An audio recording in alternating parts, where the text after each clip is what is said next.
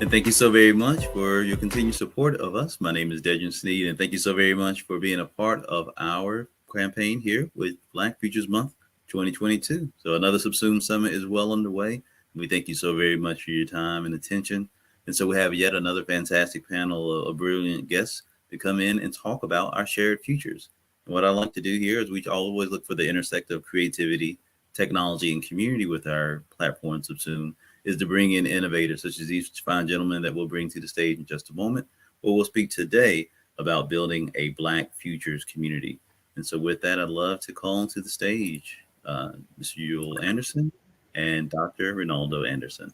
And so with that, gentlemen, thank you so very much for your time today. Good evening. All right, thank you. So as always, I like to allow folks to give their proper introduction and bona fides. We have such such prestigious guests here on stage, so I want to make sure that we cover all the bases. So we'll start with you, Yul, and with you, Dr. Anderson, Dr. Reynaldo, will follow up. So Yul, Mr. Anderson, please tell us about yourself.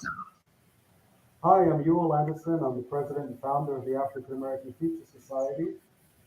Basically, it is a crowdsourced, crowd intelligence research organization with input and ideas coming in from all over the world regarding Black people, and with a specific focus on the future of Black Americans here in the United States. My name is Dr. Reynaldo Anderson. Currently, I am the Director of Graduate Studies for the Department of Africology and African American Studies at Temple University.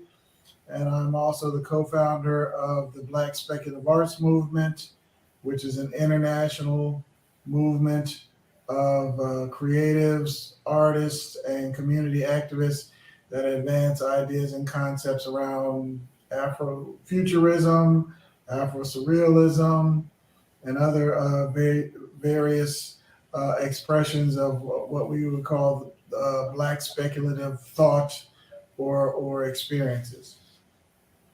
Thank you so very much. I appreciate you both. And again, thank you for being a part of our Subsume Summit Black Futures Month. So I felt like I'd be remiss if I didn't have some of our most intelligent folks that are looking at the idea of shared futures be a part of a project, which we hope in some would be part of a community that looks towards the future. Not only for the inclusion of Black and African American experiences in technology, media, and community, but just how we're actually going to get there. So I know that this fits directly in your expertise, your wheelhouse, as well as the studies that you have. And so I wanted to speak about building a Black futures community. So just from a general sense, what does that mean, building a Black futures community, especially when we see futures as plural?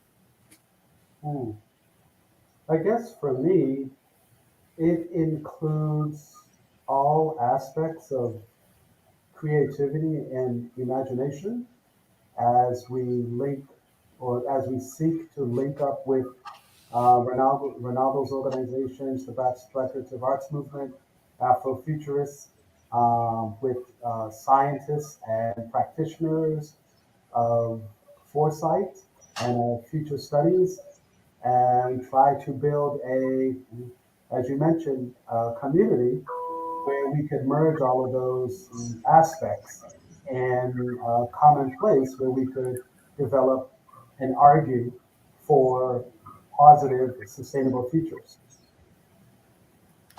Fantastic. I would say when I think of Black Futures community, um, there will probably be several different variations on that theme, because as something that Yule has alluded to in conversations earlier, there's a definite need for literacy around the subject. And, because I've tried to say for some years now, even in our own network, um, there are different thought processes and things that other people consider in relation to their own creative process when they think about futures. And I've tried to kind of, in my capacity as the executive director of the Black Spatial Arts Movement, I'm like, okay, we need to remember stuff like data. What does the science say in relation to some of these aesthetic issues that we engage with, so that they kind of engage in a conversation with each other, because there's some people that claim to be Afrofuturists, and when I hear them talk, I'm like, no, bro, that's fantasy. That's a different area of interest. I love fantasy and Lord of the Rings, all that kind of stuff, but that is not futurism. That's a whole different other genre that you're dealing with.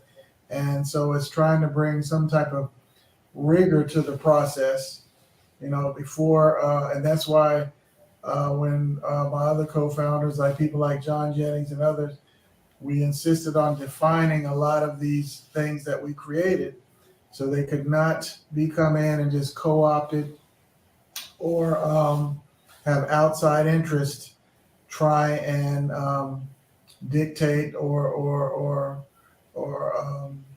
affect the behavior of the phenomenon that we're trying to develop.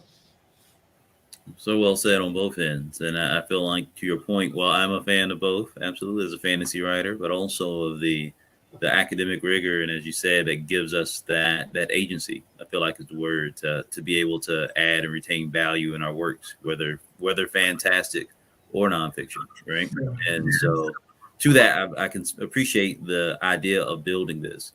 Obviously, the time around bringing a conference like this together, where we have so many social, economic, and civic things going on along the lines of, say, particularly for Black lives, but also for the idea of, let's just say that people all of a sudden discover HBCUs, right? These things have been around for 100 plus years, that now we see a lot of the of Black culture, as always, popularized and centralized in some spaces.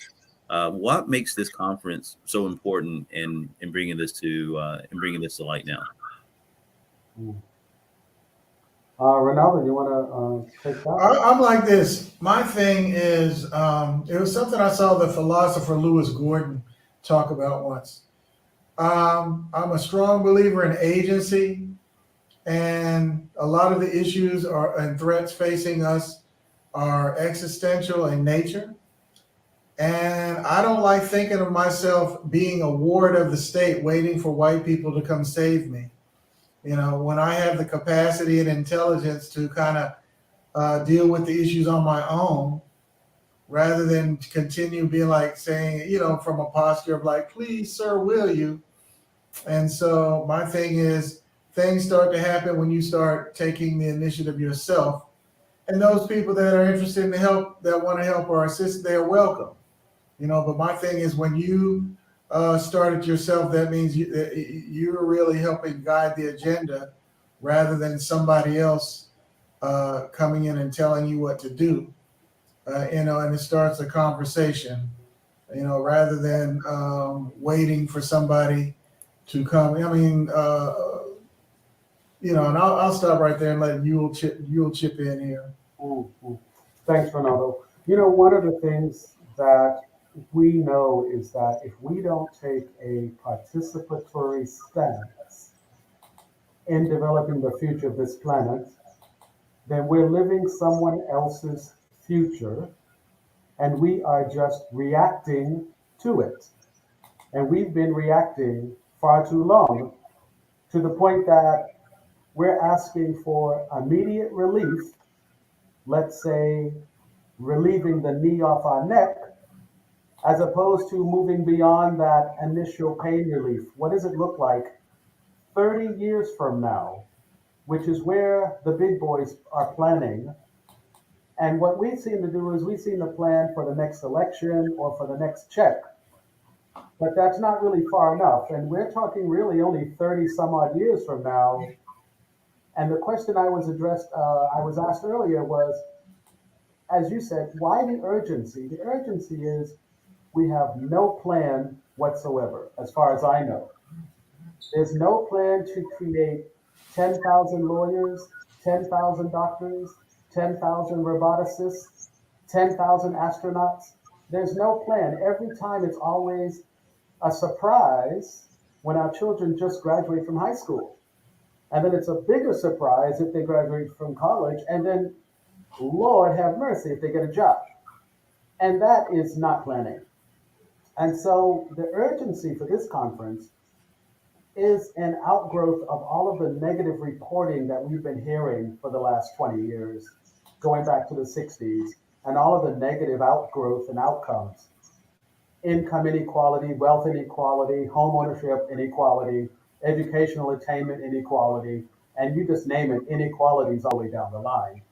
And so the question is, what plans are we going to put in place for the next 30 years that leads to a more positive, sustainable outgrowth, not only for Black Americans, but for Black people everywhere? But again, as we were mentioning earlier in the introduction, we're particularly focused on Black Americans here in the United States. Well, just well said, and to look to how that can be defined, like you said, that plan. Where does that plan begin, right? Because that's a large and monumental space. If we're moving from check to check or next election to now, the speculative future 30, 50, 100 years ago, as you said, and as we can understand, science and futurism as well, there and beyond. What does that plan look like? I think that's the reason why this conference is so important. In my mind, the last time we had anything like this or similar to it was the Niagara Conference, where people actually sat down and seriously discussed what the future should look like, what type of organizations we need to have in place, and what way we should be moving. And I think that's why we're really happy to partner with Reynaldo and his organization and with Temple University, because there's an outgrowth and a partnership that I see lacking in some of our legacy-based organizations, which are maybe today they're finally coming around because people are paying attention to the limits to growth or to climate change, which makes people think about the future a little bit more seriously. But we should have been here 30, 40, 50 years before now.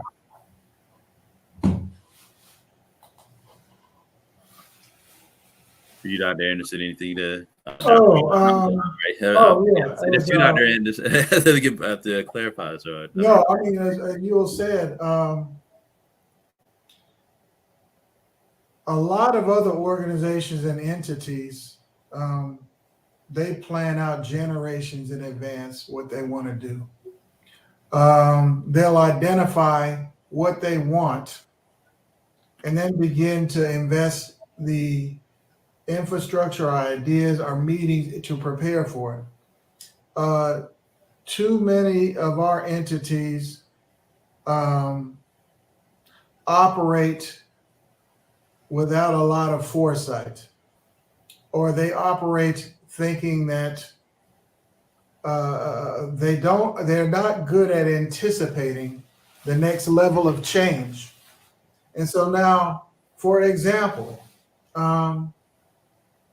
they've known since the 60s and early 70s about the inequality and structural problems in the community. I mean, when you go back and read Samuel Yetty's book, The Choice, or Sidney Wilhelm's book, Who Needs the Negro, in the 60s, which talks about the coming of the information society. And all we hear for years is just make it to high school, or no strategic long-term thinking of, okay, not only going to high school, what does it take in this kind of society to have a family? What does it take to transfer wealth to the next generation? What does it take? Some little basic stuff that, even when I was going to college,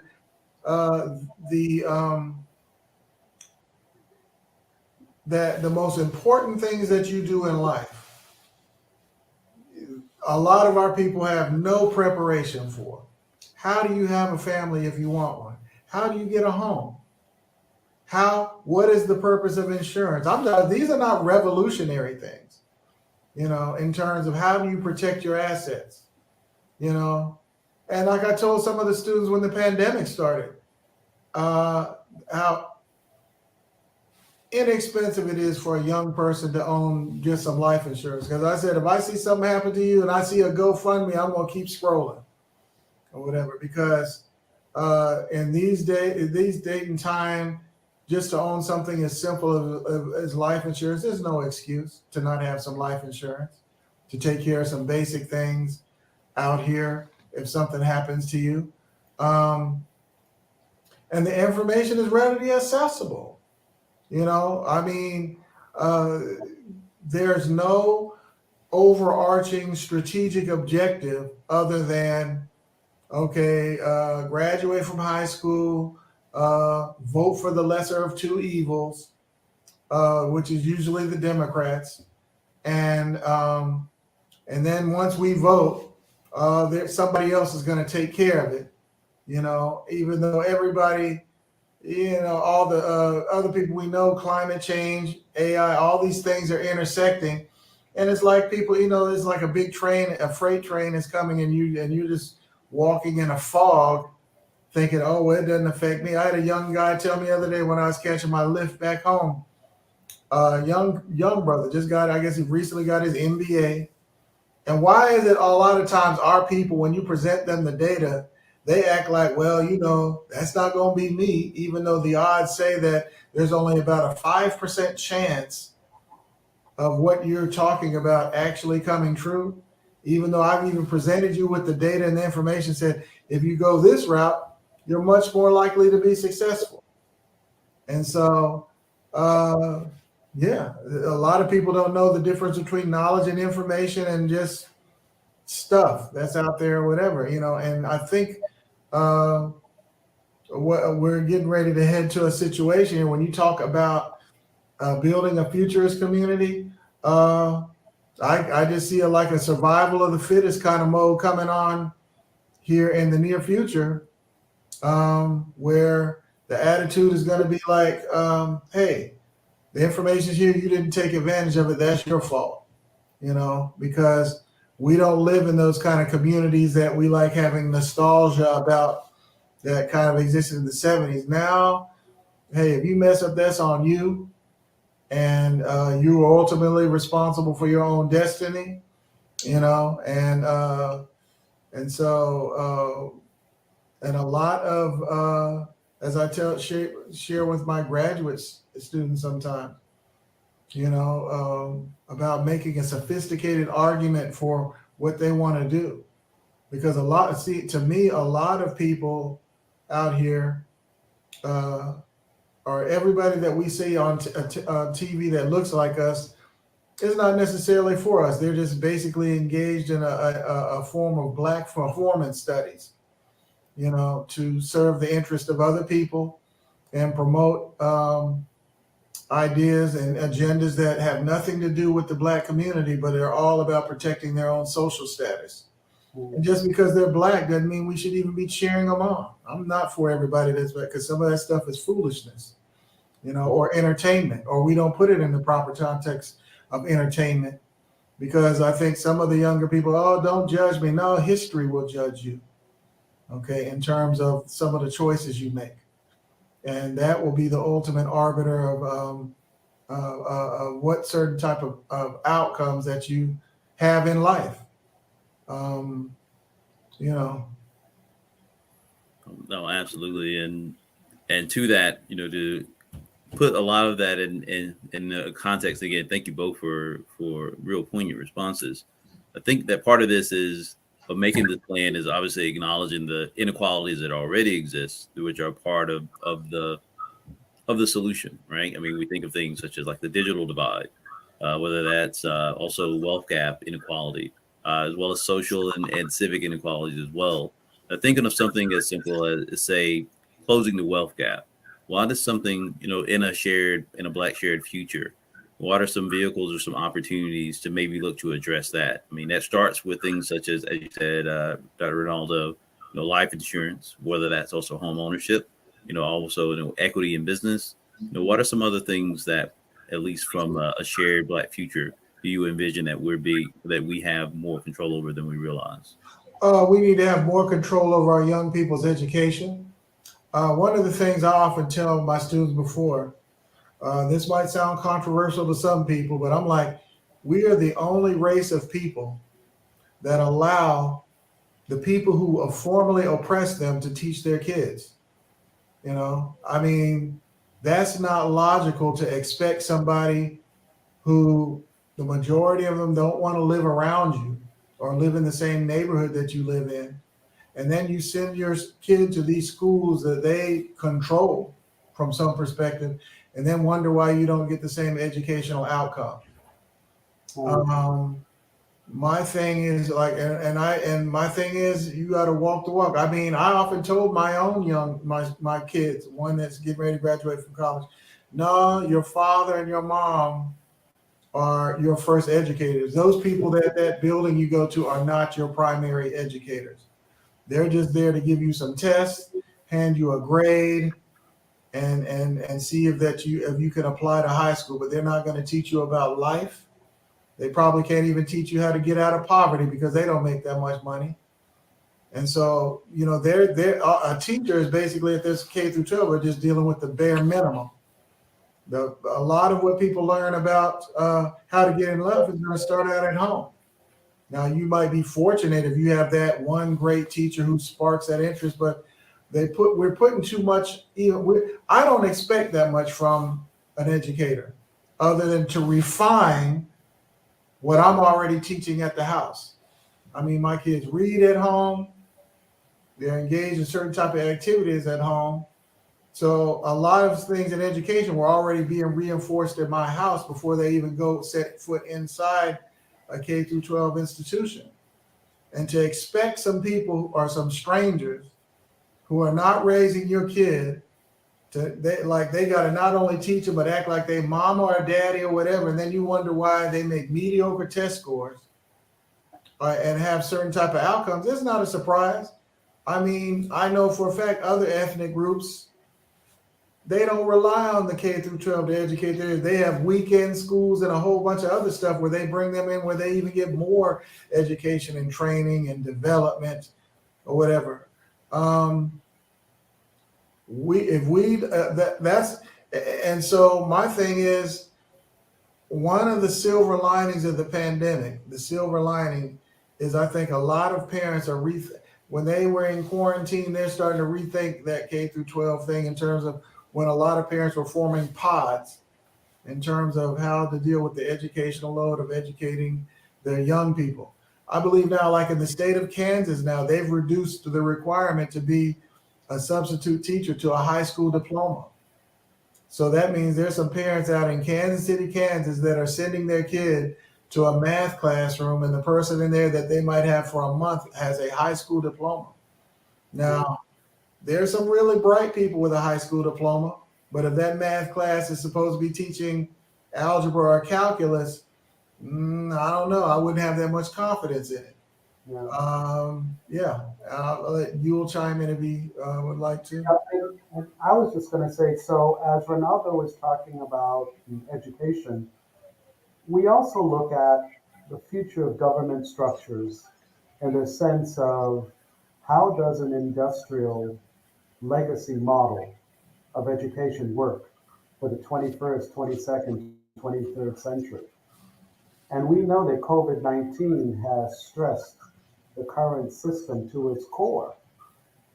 We also know that many of our students who were bullied in classrooms or who may have felt an overt oppressive educational environment, that they may never want to go back to a brick and mortar school system.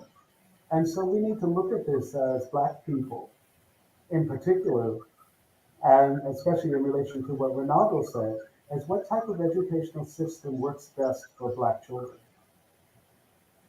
And then, of course, on the government side, what type of books should we even be reading in our curriculum?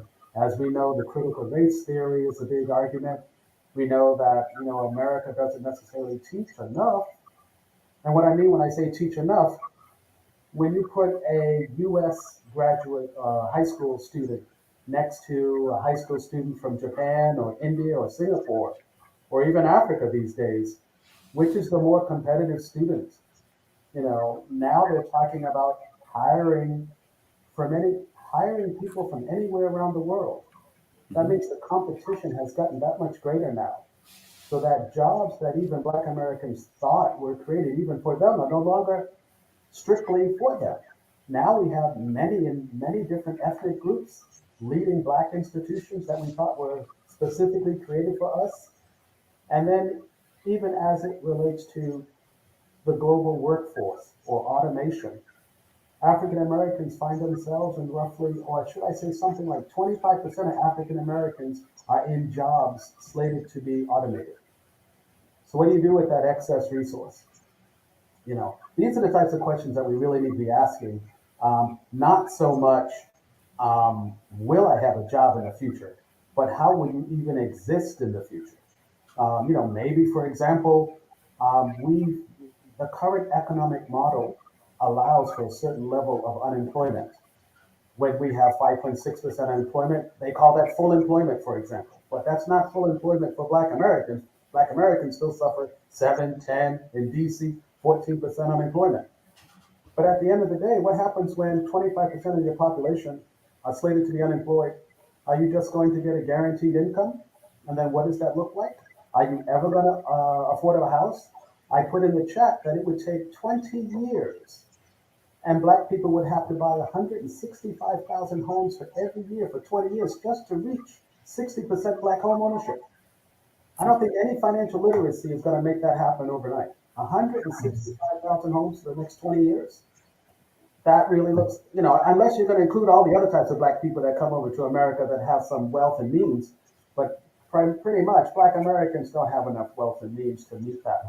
There's just so many things that we need to be talking about. And I think there's so many other distractors that get put in our way that keeps us from having these types of serious dialogue. And we're going to be proposing some really interesting things at the conference in New York.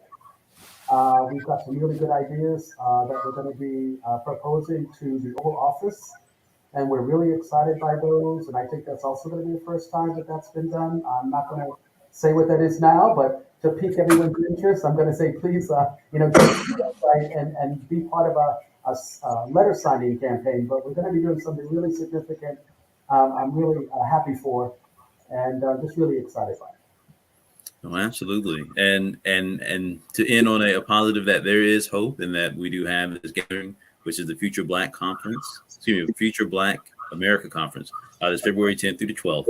That will be in Carnegie Hall, New York for its beginning, but also a virtual component. So can you tell us more as far as, I mean, you lend into a bunch of that, Yul, but overall for this conference, what is the strategy behind it and the long-term vision of this being a good, substantial part of a Black Futures community? I think Reynaldo touched on it earlier, which was we need to get a ground swell of futures literacy activism going forward. Instead of just 10 people, we need maybe 200 to 300 organizations that can reach out to maybe 10 million African Americans that can really get the momentum going as far as moving us in the right direction. But what we are happy with is some of the speakers that are coming to our event represent very large scale organizations. They represent an international flavor. We've got international representatives coming to the conference from some of the larger international organizations that we've come to rely on to try to save the planet. And what we're saying to them is, don't forget Black American people. I think a lot of times we get overlooked because we live in America. And everyone assumes, oh, you're Black American, you're living in America, you're doing really well. And at the end of the day, if you compare our statistics to a lot of the third world statistics, like the United Nations has done, a lot of our sustenance, our livelihoods are no better than those in the third world in a lot of cases. And so, to gathering the pantheon of talent that we have here, like looking over some of the roster, we're speaking about machine learning and space development, also the future of food, and just a lot of positive and again future forward thinking of how to get into a lot of these spaces. A kind of closing, what is our best case scenario? Again, understanding like we've talked a lot about the opportunities here, and that we all agree that we have the capacity to make a difference. And the conferences and conversations like this are that key. Kind of as a close, but also a continuation to be had at this conference. What does the Black future look like? Reynaldo? Well, right now I tend to be more on the pessimistic side because it always seems, as I talk to friends, it seems like something always has to happen to us first before we do something. And put it this way, I'll just use history. Malcolm X, all right, if you want to understand what's going on, look at history. The Roman Empire went through the Antonine Plague, and it lasted about 5 to 15 years. And that plague weakened the empire so much, that's what allowed all them tribes to invade. And maybe that was the first example of undocumented people coming across borders. And at the same time, they were having economic issues. And then at the same time, that is when a new religion called Christianity started taking off. So there'll be innovations arising out of all of this disruption. But I'm just saying a plague or a pandemic by itself is enough to take down a civilization. And Laurie Garrett's book called The Coming Plague talks about this will not be the last one because of globalization. We're going to be like, remember, it was several years ago, we had H1N1. Then there was a thing with Ebola. And all of this is related back to the intensive globalization period of the 90s. So they're saying every few years we're going to have to deal with being on guard against one of these kind of viruses. And we just got a real nasty one that got out of control. So dealing with plagues, dealing with AI coming in fast, dealing with climate change, dealing with 4 or 5 of these issues, and any one of them is enough to take a society down. Now, if I was a betting man, I've never seen one survive all 3 or 4 of them at the same time. So I'm just saying there's going to be some unfortunate stuff that I think is going to happen first before people try to do the right thing. But, and that's why I was kind of cynical about what happened, for example, with the conflict in Afghanistan. All these liberals or some of the people were wringing their hands about what was going on in Afghanistan. And then what happens?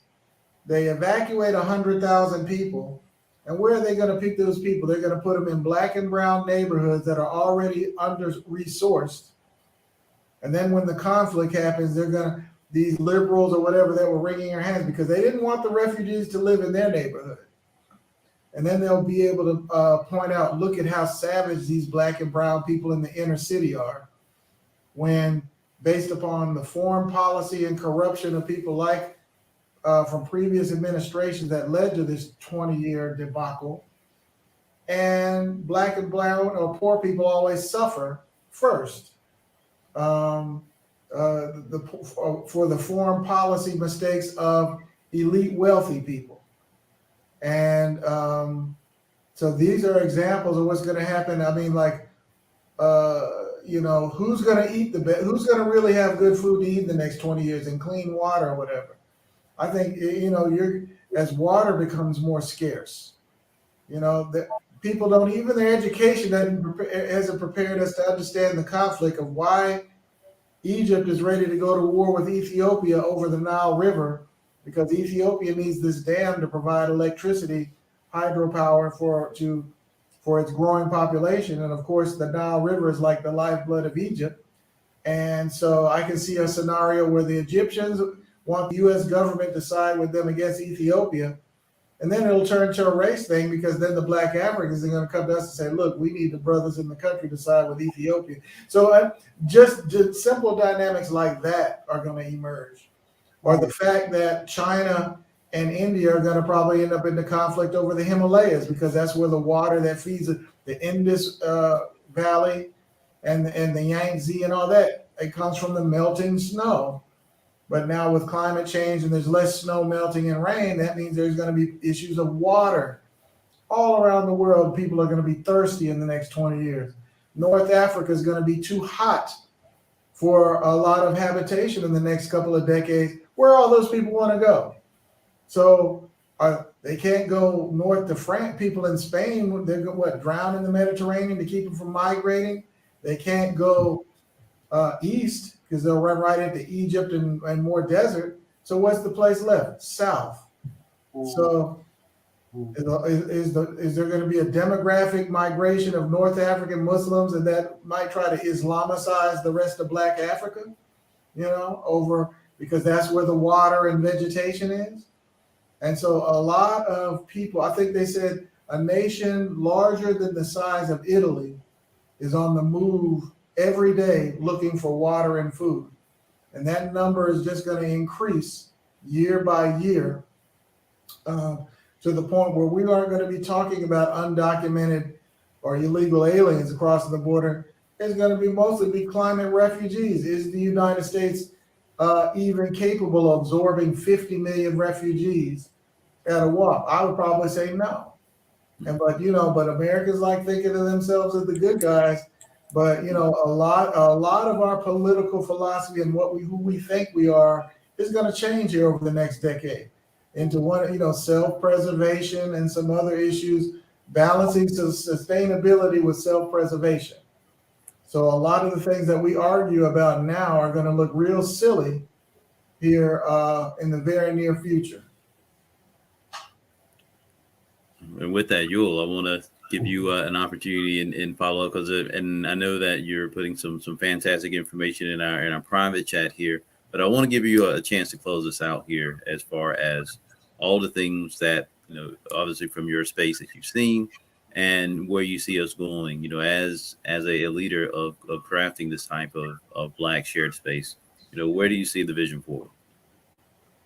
I'm honestly hoping that our Black church community and the legacy-based organizations and our Black elected officials educate themselves quickly to this futures literacy process. It is urgent, it's dire. We are suffering as a result of lack of vision, and we need to move past the reactionary future that we find ourselves in right now. When I ask people, what does the future look like in 2050, 2060, 2070, they can't do it because they can't see themselves not living that long, which is very selfish. In order to be very good at this craft, you have to be able to see yourself not in the future. And you really have to see, as Reynaldo said, the hope and a vision for those that are going to become behind us. Not only 2050, which is just 30 years from now, which is basically one child, but you're talking 2050, 2070, the year 3000. We need to plan that far out. And right now, if you have a child that's between 0 and 5, you need to be on board with this 30-year plan, because your child roughly is going to be 25 years old by the time they even finish college. My thought about that is, You may not even need to wait 25 years old. As you saw, they lowered the age requirement for driving a tractor trailer truck. Pretty soon, the age might be based on your skill set, not on your college degree. You could be 15 years old and be possibly a chemist or bioengineer, depending on how fast you can accumulate knowledge and retain it. You don't have to be 24. All I'm saying here is 30 years is not that long away. And we're going to have to talk about ethics. I know it's not popular to say it, but I look at somebody as like Nick Cannon is irresponsible, fathering all these children out of wedlock, and then acting like there's something cool about that.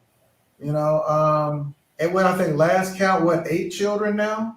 I'm like, dude, wrap it up, get a vasectomy or whatever. I mean, maybe he's privileged because he's wealthy, but we're trying to act like that's some kind of role model for something that we should be lauding in terms of that type of behavior. I think some of our people had better ethics in the 19th century than they have now. Think about the black soldiers when they got out of the Union Army, like the Lincoln University in Missouri.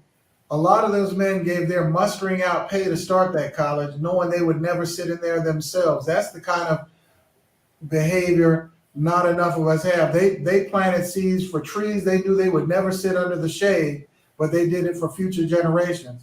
And so there are quite a few people that we laud because of their celebrity whose ethics are not laudatory at all.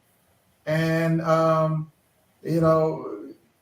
there are just certain things that we just need to say, you know what, that type of behavior is not going to get us where we need to go. Now, it's your individual choice to do that, but the rest of us are moving on without you. And we need to start saying that because our ethics are too many of the people, or even the broader society, the ethics are not up to the where they need to be for us to start thinking about the needs of people who aren't even born yet. Americans are selfish. Too many of them are trifling. Too many of them are undisciplined. Too many of them are ignorant. Too many of them are undereducated and proud of their ignorance. Too many of them are uninformed about the largest society in the world around them. And then when something happens to them, they want the government to be like Santa Claus, or they even think Jesus or God should be like Santa Claus. And they bemoan their pitiful little fates because of choices that they made individually in a lot of circumstances to be that way. And that's why a lot of history is not going to be kind, and the material situation that is emerging is not going to be kind to the uninformed and the ignorant. Well, now, of course, speaking to the intelligence and ethics, obviously I feel like that is always going to be a part or a component to any time we're looking at any type of societal adjustment, right? Or looking to build a consensus of that, whether that goes through ethics, whether that's gender equality, or any of that point is going to take that period of reclamation, right? Or at least acceptance in that future. Kind of based on the things that I'm hearing from both of you. And again, thank you so very much, for sharing all this expertise and wisdom with us here at Subsume in our Black Futures Month program, is that there's a lot of work to do, right? There's a lot of things that we have to take in consideration, particularly as Black Americans, as far as navigating, and first point is surviving, and then navigating to a space and place that some true change can come. And with that, very excited to hear and understand all of the things that will come along with the conference, as well as the work that you cited that will be more of the policy activations and more of the real points to begin that change. So I would love to give a final appreciation to that and ask for yourself, Yul, and Dr. Reynaldo, where can we follow you in your work? And then just where can we find more information on the conference, which we'll obviously post during our close of this broadcast. Well, you can follow me on a lot of our work, the Black Speculative Arts Movement. You can follow it on our website, www.bsam-art.com. That's www.bas-art.com. And for me, you can find us at taafs.com, which is Tabby Apple Apple Frank Sam. For those of you that have a military background, you know we always like having those letters, right? So anyway, um, I'm happy and I'm optimistic. I hope that our eyes have been woken by what's happened over us or to us over the last 20 years. And that's why we're having a conference. There's a level of urgency like never before. And if we don't get it together now, there'll be very few of us that'll be successful, as there are very few of us now that are successful. You know, you can count the number of black people that earn more than $100,000 right now. There aren't many of them, or not many of us, you know. So anyway, come on board. Come to the conference, www.futureofblackamerica.com, or just tune in via Zoom. Listen to some of the presentations. We're going to have a live interactive session via the Miro board, and so people from all over can take a hit at where they think the future's going. Hopefully, they'll hit the home run. Absolutely. And thank you so very much, Yul. Thanks for yourself, as well, Dr. Reynaldo, for your time and opportunity to share your visions for a shared Black community. And again, opportunity for us to exist with agency in the future together. So thank you all so very much. And again, for everyone at home, thank you for your time and attention. And we'll be back with more with our Subsume Summit, Black Futures Month. Thank you again. Thank you.